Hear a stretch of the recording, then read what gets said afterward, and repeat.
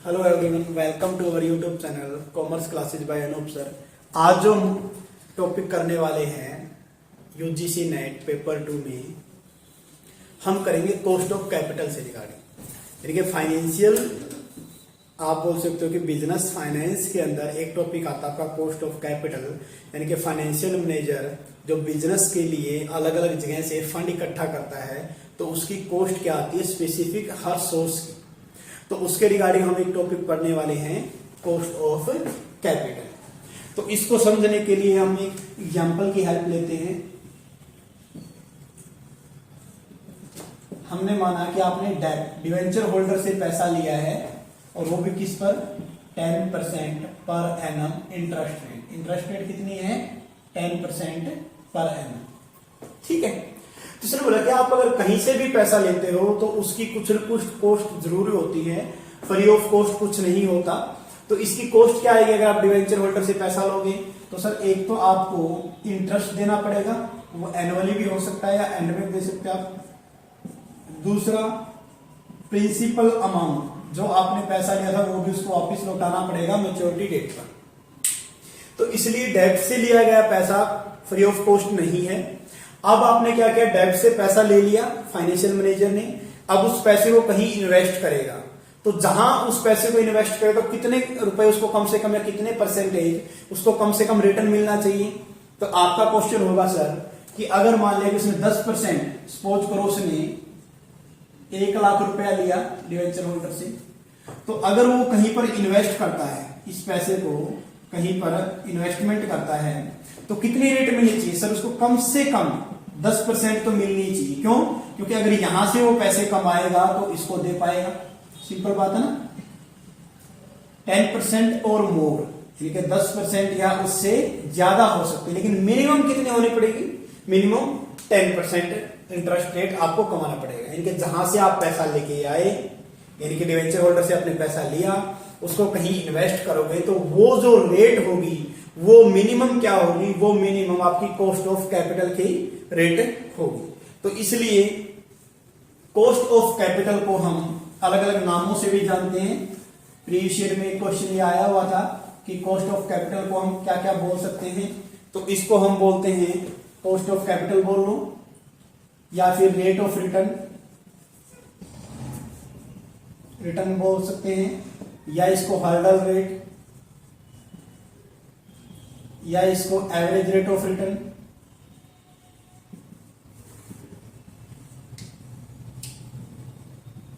या इसको weighted average rate of return.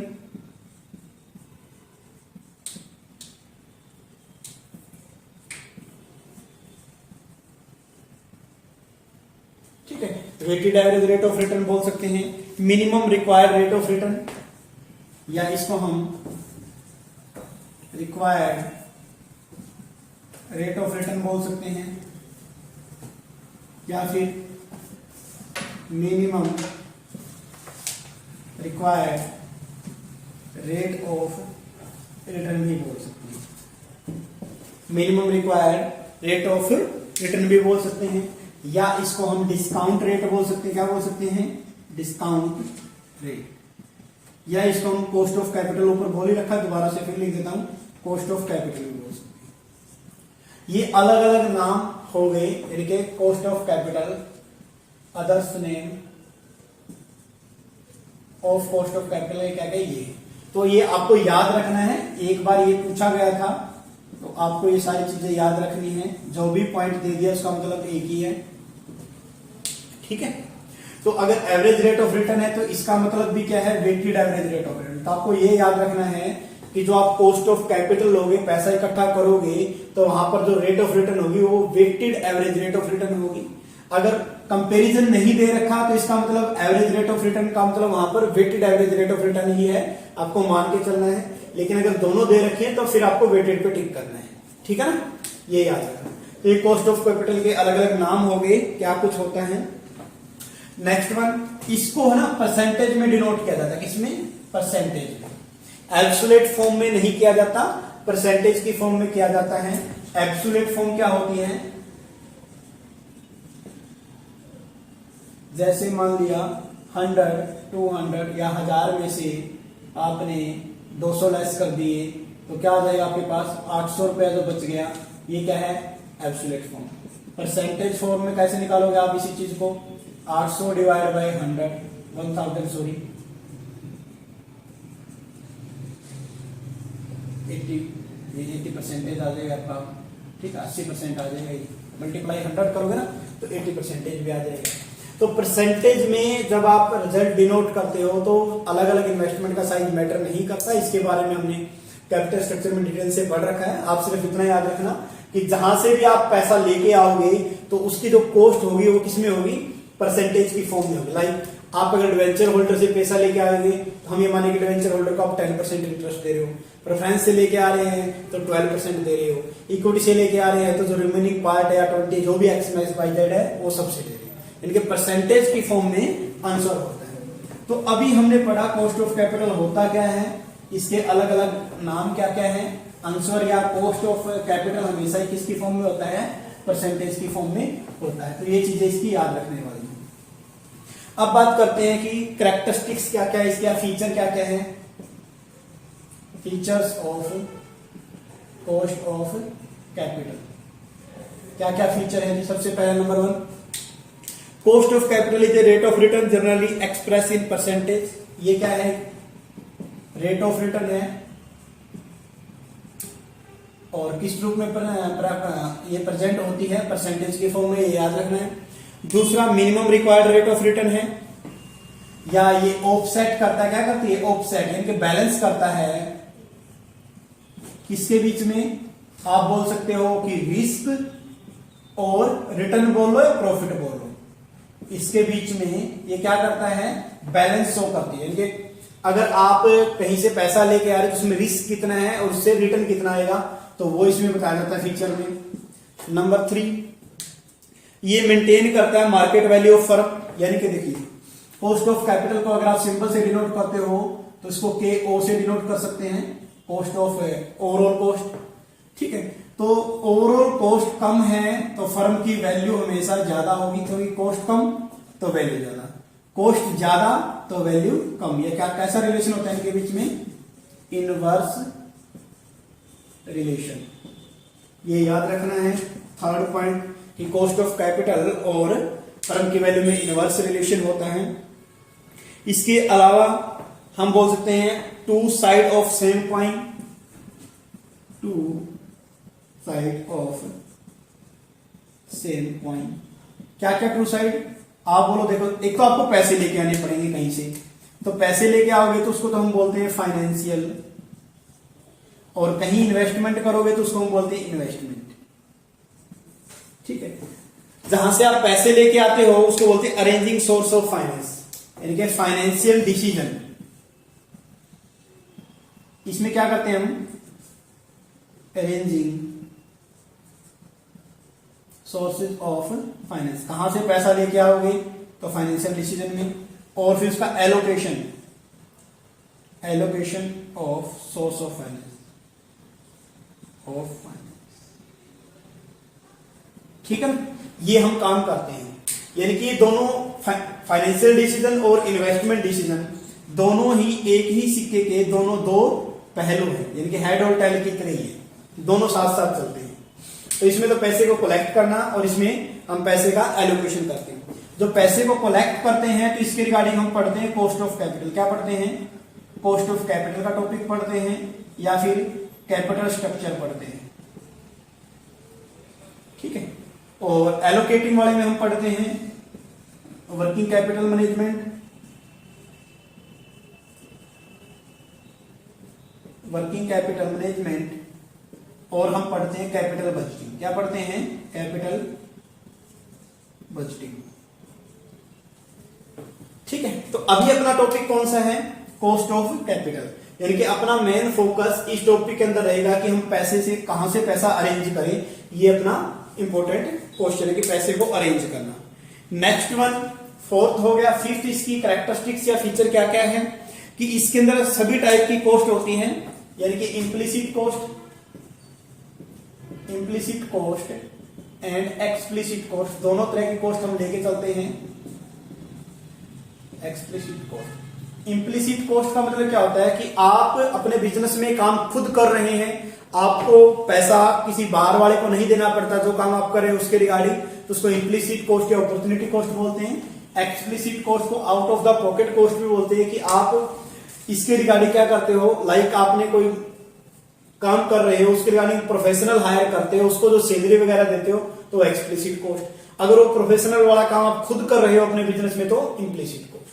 यानी कि इसके अंदर एक्सप्लिसिट कॉस्ट या इम्प्लिसिट कॉस्ट दोनों को शामिल किया जाता है। ये इसके फीचर है, आपको याद रखना है।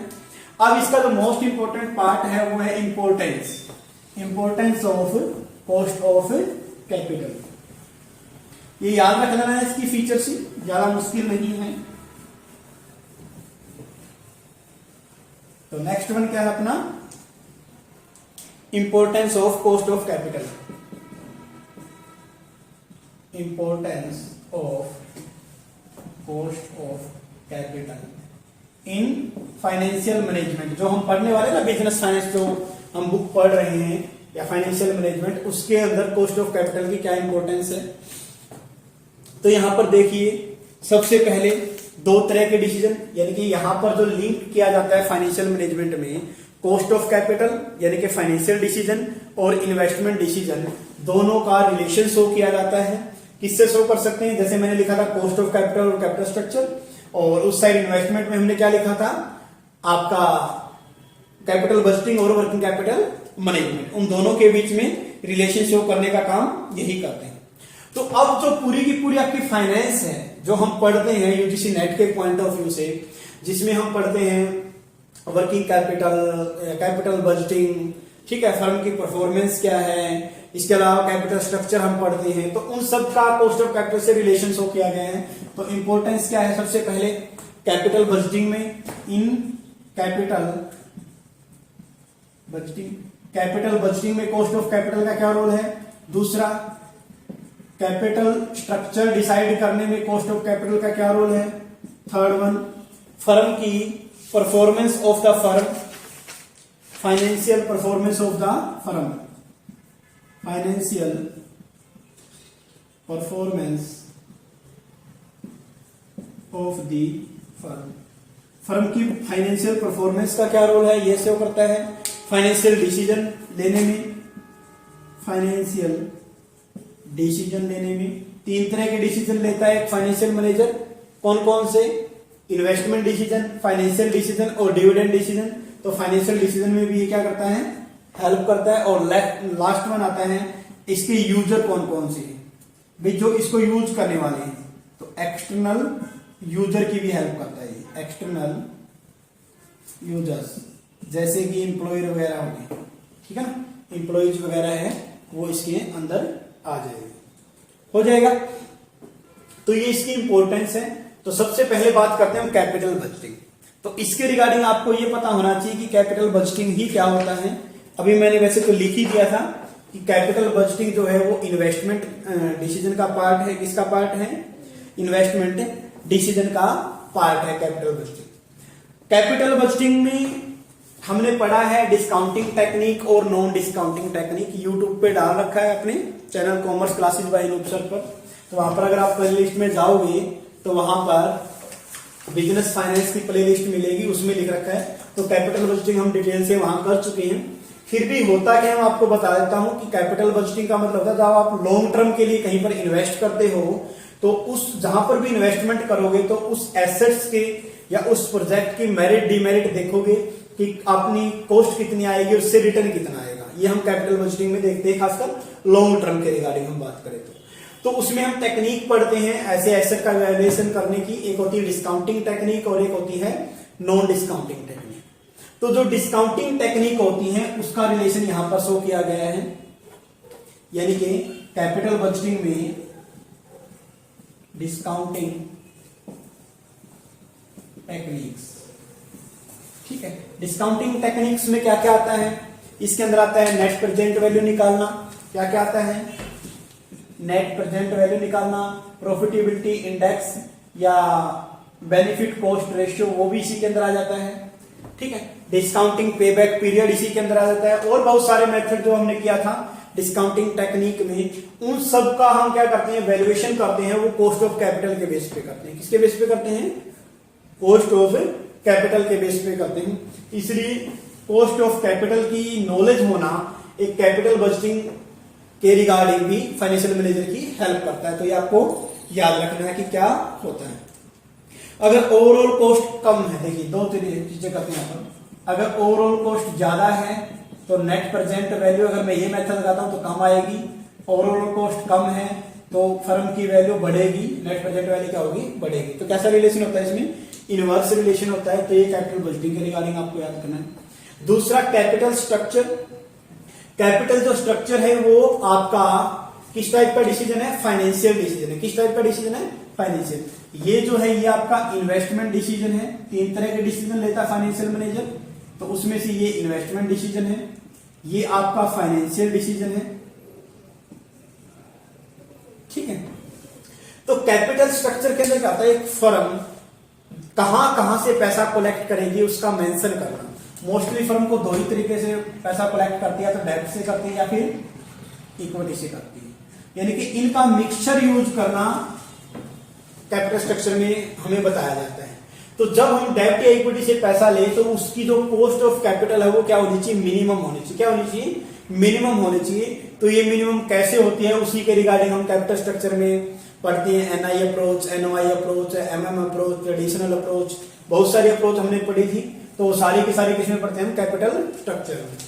लेकिन इसके रिगार्डिंग कैपिटल स्ट्रक्चर सेट करने के लिए भी हम डेब्ट की कॉस्ट जाननी पड़ेगी, इक्विटी की कॉस्ट। कहने का मतलब है कि कॉस्ट ऑफ कैपिटल की हमें स्टडी करनी पड़ेगी, तभी हम ये काम कर पाएंगे। तो ये यहां से आपको याद रखना है।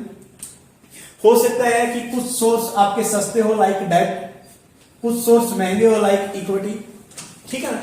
कुछ सोर्सों से टैक्स का बेनिफिट मिलता हो, डेब्ट से मिलता है, कुछ से नहीं मिलता, इक्विटी से नहीं मिलता। तो कुछ सोर्स इजिली अवेलेबल हो जाते हैं, कुछ सोर्स इजिली अवेलेबल नहीं होते। तो बहुत सारे फैक्टर हैं, लेकिन अल्टीमेट इसका इस तरीके से यूज करना इन दोनों का कि फर्म की वेल्थ बढ़ाई जा सके, शेयर होल्डर की वेल्थ को मैक्सिमाइज किया जा सके। अब बात आते हैं कि financial performance of the firm, कि फर्म की फाइनेंशियल परफॉर्मेंस कैसे मेजर करेंगे। देखो, अगर मान ले कि जहां से भी आपने कैपिटल लिया है, जहां से भी आपने कैपिटल लिया है, अगर उसकी कॉस्ट बढ़ जाए, उसकी क्या हो जाए? कॉस्ट बढ़ जाए, तो कॉस्ट बढ़ने से रिस्क क्या होगा? सर रिस्क भी बढ़ जाएगा।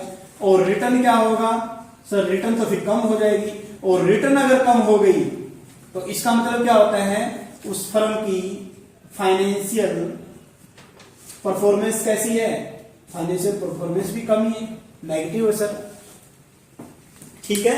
अगर कोई फर्म रिटर्न ज्यादा कमा रही है, इसका मतलब उसकी परफॉर्मेंस अच्छी, और अगर रिटर्न कम कमा रही है, इसका मतलब है कि उसकी फाइनेंशियल परफॉर्मेंस अच्छी नहीं है। तो रिटर्न किस पे डिपेंड करती है? रिस्क पे। और रिस्क किस पे डिपेंड करता है कि आपने पैसा कहां से लिया, यानी कि बेसिस यहां पर भी क्या हो गया? कॉस्ट ऑफ कैपिटल आपका हो गया। अब आता है फाइनेंशियल डिसीजन के रिगार्डिंग। जब आप फाइनेंशियल डिसीजन लेते हो, फाइनेंशियल डिसीजन के अंदर हम क्या क्या पढ़ते हैं? फाइनेंशियल डिसीजन में पैसे कहां कहां से कलेक्ट करोगे, तो इसके अंदर आपका external source, implicit cost, explicit cost, सब कुछ इसी के अंदर आ जाता है। ठीक है ना। फाइनेंशियल डिसीजन में इम्प्लिसिट कॉस्ट, एक्सप्लिसिट कॉस्ट, ये सारा का सारा यहीं पर आ जाता है। तो आपको इसको टाइम वैल्यू ऑफ मनी भी हम यहां पर कंसीडर करते हैं। ठीक है। तो फाइनेंशियल डिसीजन रिगार्डिंग आप कर सकते हैं क्या क्या इसमें आता है? Implicit cost and explicit cost, both दोनों को इंक्लूड करते हैं।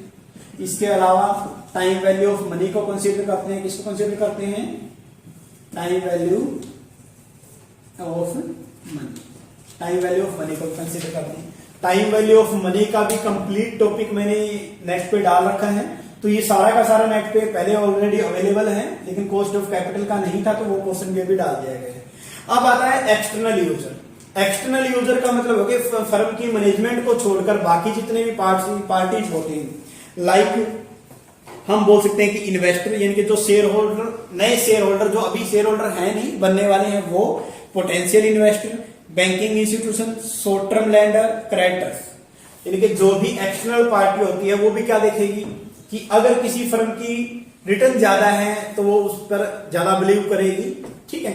अगर किसी की रिटर्न कम है तो वो उसको लोन, लाइक बैंक का एक जगह हम एग्जाम्पल लेते हैं, तो बैंक क्या करता है?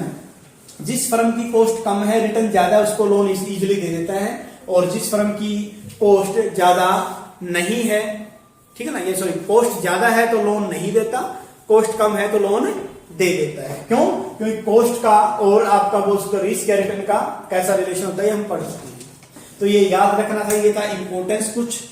इसके अलावा जो इसमें टॉपिक हमने क्या क्या पढ़ा अभी तक, यही पढ़ा कि कॉस्ट ऑफ कैपिटल होता क्या है, इसके बाद हमने पढ़े इसके फीचर या कैरेक्टरिस्टिक्स क्या क्या है, फिर हमने स्टडी किया कि इसकी इंपॉर्टेंस क्या क्या है, और अब हम जो स्टडी करने वाले हैं इसके कंपोनेंट्स के बारे में।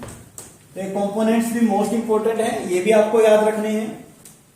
तो थर्ड पॉइंट हम इसमें पढ़ने वाले हैं components of cost of capital.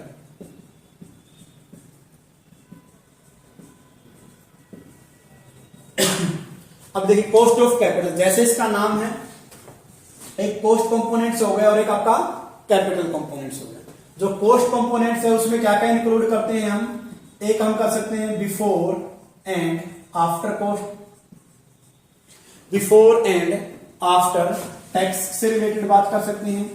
दूसरा इसमें हम पढ़ेंगे हिस्टोरिकल और फ्यूचर कॉस्ट, कौन कौन सा, हिस्टोरिकल एंड फ्यूचर कॉस्ट इसमें हम पढ़ लेंगे। इसके अलावा थर्ड वन हम पढ़ेंगे एवरेज, मार्जिनल और flotation cost, average, marginal and flotation cost, ये हम पढ़ेंगे। और लास्ट फोर्थ वन इसके अंदर आता है explicit and implicit cost, explicit and implicit cost. और एक और आप इसमें लिखना चाहो तो डेप्रिसिएशन को भी लिख सकते हो, इसका लिख सकते हो डेप्रिसिएशन। हालांकि अपने पेपर पॉइंट ऑफ व्यू से इंपॉर्टेंट नहीं है, डेप्रिसिएशन को हम कंसीडर यहां पर नहीं कर रहे हैं ज्यादा डिटेल में, फिर भी लिख दिया। अब बात करते हैं कैपिटल के, अगर हम पार्ट डिवाइड करते हैं तो कैपिटल यानी कि एक तो आप इंटरनली पैसा ले सकते हो और एक आप एक्सटर्नल पैसा कलेक्ट कर सकते हो, ठीक है। जब हम इंटरनल सोर्स से पैसा कलेक्ट करते हैं तो आता है रिटेन अर्निंग और डेप्रिसिएशन दोनों, इंटरनल सोर्स ऑफ कैपिटल। तो क्या क्या आ जाता है इसके अंदर, एक आता है रिटेन अर्निंग,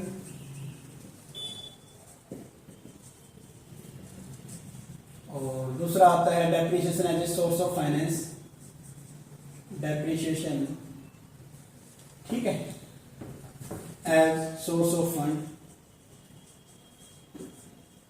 और एक्सटर्नल में कहां से पैसा लेके आ सकते हैं आप, इक्विटी से लेके आ सकते हैं, प्रेफरेंस डेट, कहां से पैसा लेके आ सकते हैं, इक्विटी, प्रेफरेंस और debt, equity share holder, preference shareholder और डेट से आप पैसा कलेक्ट कर सकते हैं। तो इन्हीं के बारे में पढ़ना है अभी हमें।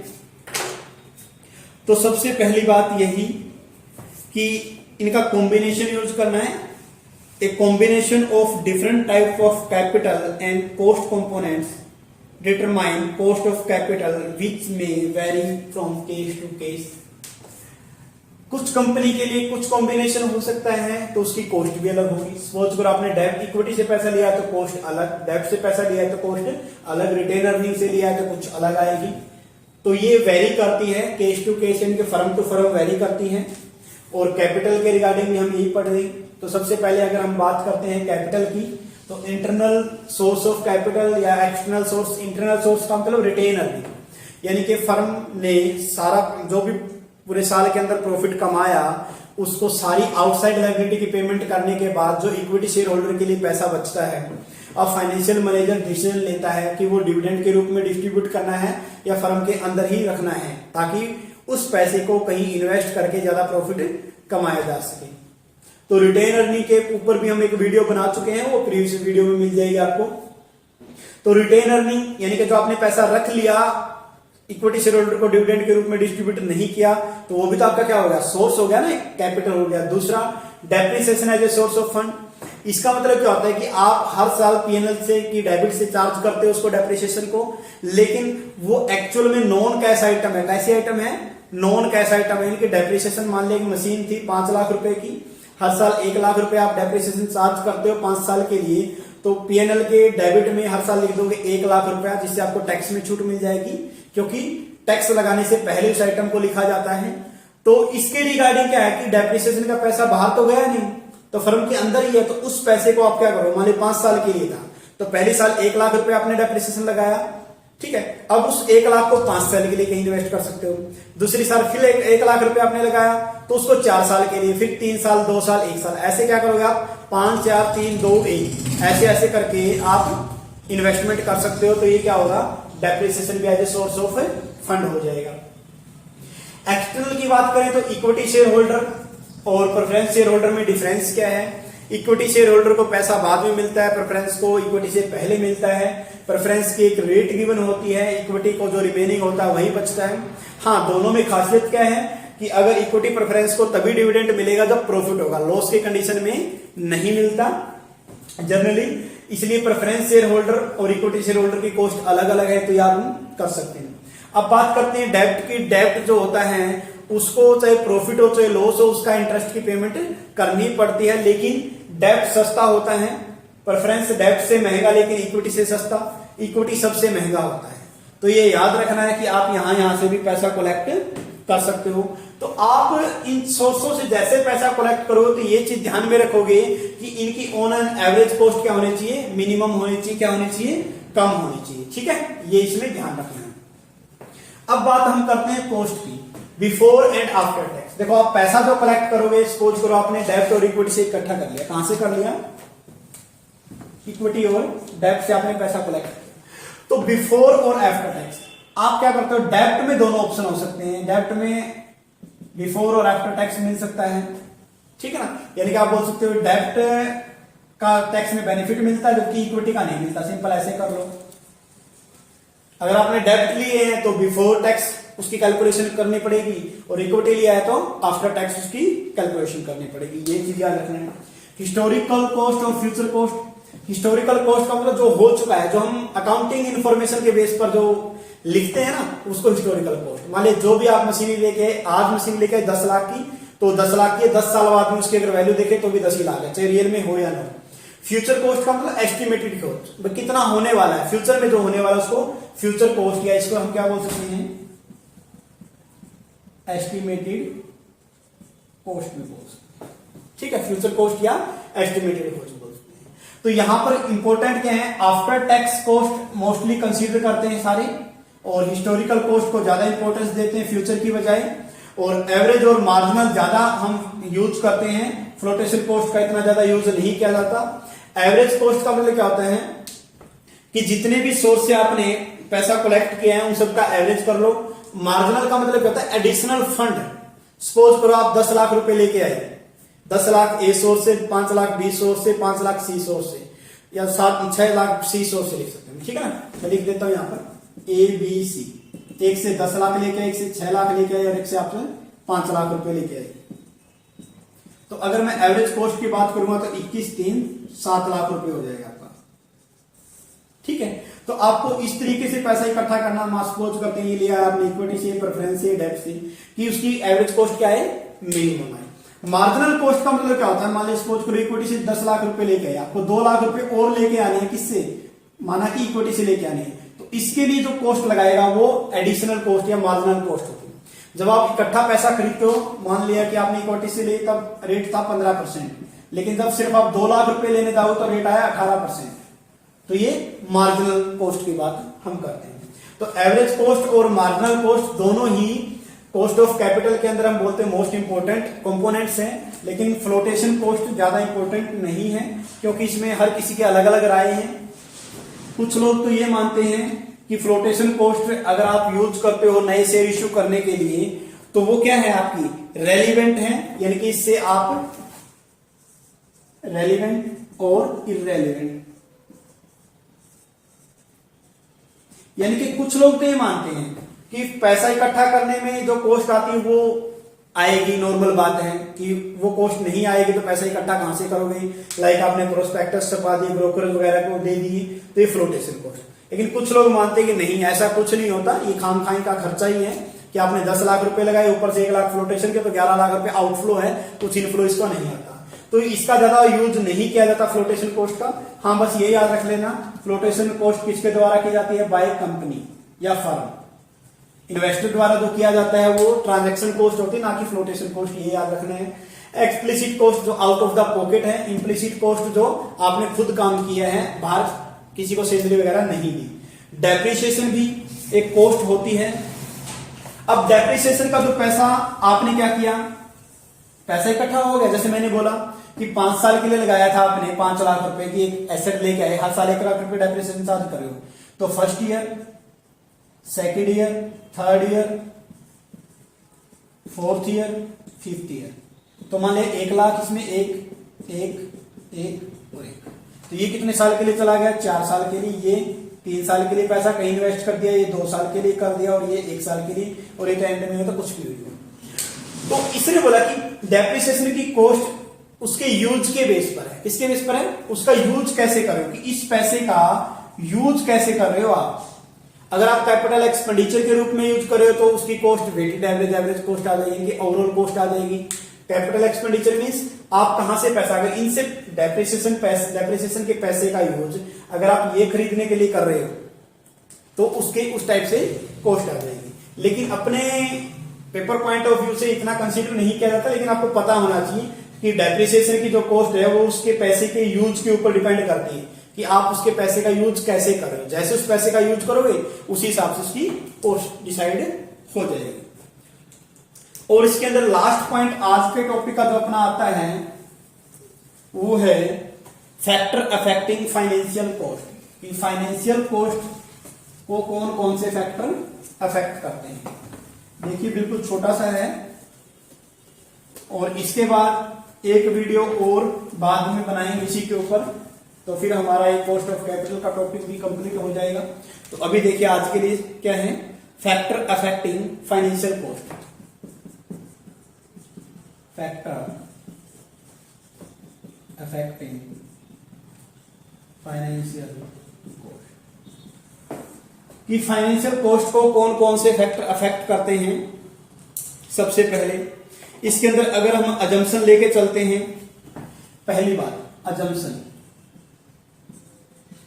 अजम्पशन ये है जी, नंबर 1 बिजनेस रिस्क